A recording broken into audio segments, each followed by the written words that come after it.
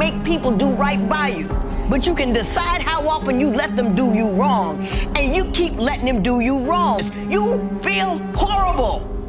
You are never secure, you're never happy, and you continue to choose it because you're too afraid to take that move. And let me tell you something. If you're afraid you just can't get another dude, because I know the market's tight, I get that part. But if you're afraid you'll never get another dude, isn't it better to be happy and whole and feel good about yourself by yourself than it is to feel low and degraded and unloved with another dude? You do not need a man to define you. A man should be an option, not a definition. You with me? Very, very powerful message. And unfortunately, it happens a lot more than we would like to admit, that people stay in relationships even though they're being mistreated. In my opinion, a lot of this is attributed to lack of experience and lack of confidence, especially as it pertains to women. When it comes to being a woman, a lot of women transition from their father's home to that of their husband, never taking an opportunity to build their own confidence, build their own experience, to really learn about the world on their own. So in a sense, they kind of go from having one father to having another, and the same means of care and so on and so forth. So when you're having trouble in a relationship and it turns toxic, or it turns into a situation to where it's taking more from you than it's giving, you will rationalize your reasons for staying. And unfortunately, those rationalizations typically stem from the fear of not knowing what happens after this. You don't know if you'll make it on your own. You seriously doubt your ability to make it on your own. And since you have transitioned from your father's house to your husband's house, a lot of that confidence has been, in a sense, or it's just 100% absent from your life. So you tend to rationalize, you tend to blame yourself, you tend to be more willing to put up with things you wouldn't ordinarily put up with if you knew you could build for yourself, if you knew you could stand on your own 2 feet, if you knew you could be the woman that you perhaps aspire to be. But because that experience is lacking, it tends to turn into a series of rationalizations, and even rationalizations to your friends and family that you're trying to make it work, when in reality, you're running from growing up. You're running from being pushed outside your comfort zone. You're running from the idea that being attached to this care, this stability, this not needing to know what the world has to offer, the pros and cons, the good and the bad of life, has been, in a sense, halted by your ability to maintain a relationship with this person. And you're afraid of how you will navigate your life without someone there to, in a sense, tell you how it's supposed to go, show you the way.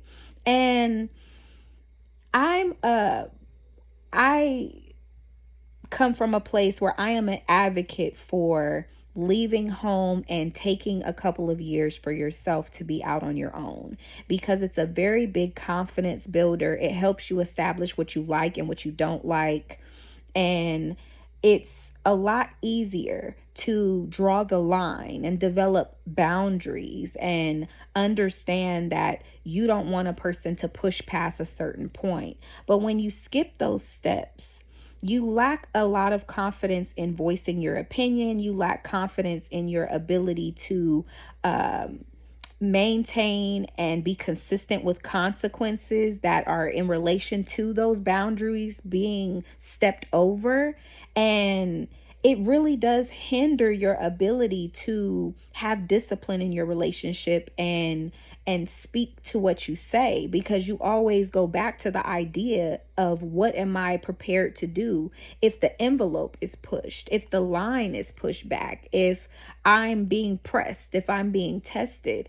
And you understand that because of your fear, because you don't want to start over, because of all these reasons that have nothing to do with the ultimate question or the answer to the question, do you want out? It doesn't matter where you're going. It doesn't matter what you're going to do.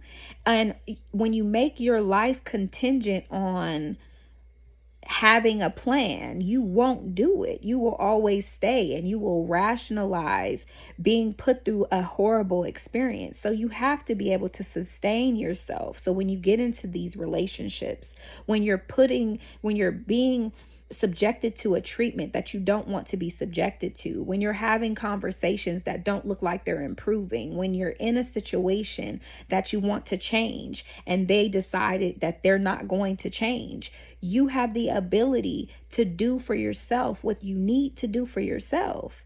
And it's important for you to have the confidence and the ability to do so. Really think about it. We hinder ourselves and we like to unfortunately rationalize our trauma and point the finger at other people, and we really don't realize how much we typically cause our own trauma and then hold ourselves in that traumatized position, blaming other people for our misery. As easily as you can decide you want out, you can decide to take the steps to go in that direction. You have to want it and you have to go after it, but it's going to take confidence. And if you're not willing to build that confidence within yourself, unfortunately, it's going to be an uphill battle because it's lacking, and it's very necessary for you to push yourself outside your comfort zone, and you're running from that experience, but it needs to be had so you're not in this position again. You don't want to relive this. At the end of the day, a person is not your defining factor. They are an asset to your life, not the definition of who you are. And you have to know the difference if you're going to be in a relationship, because one is going to break you down and confine you to a life that you perhaps did not sign up for, while the other, you are very sure that this is what you want. And you understand that if for any reason it goes outside of that, you are prepared to stand on your own 2 feet. But if you don't create that for yourself, if you don't build that for yourself, how will you know that you can do it and that you even have more choices available to yourself than ever before? You won't know.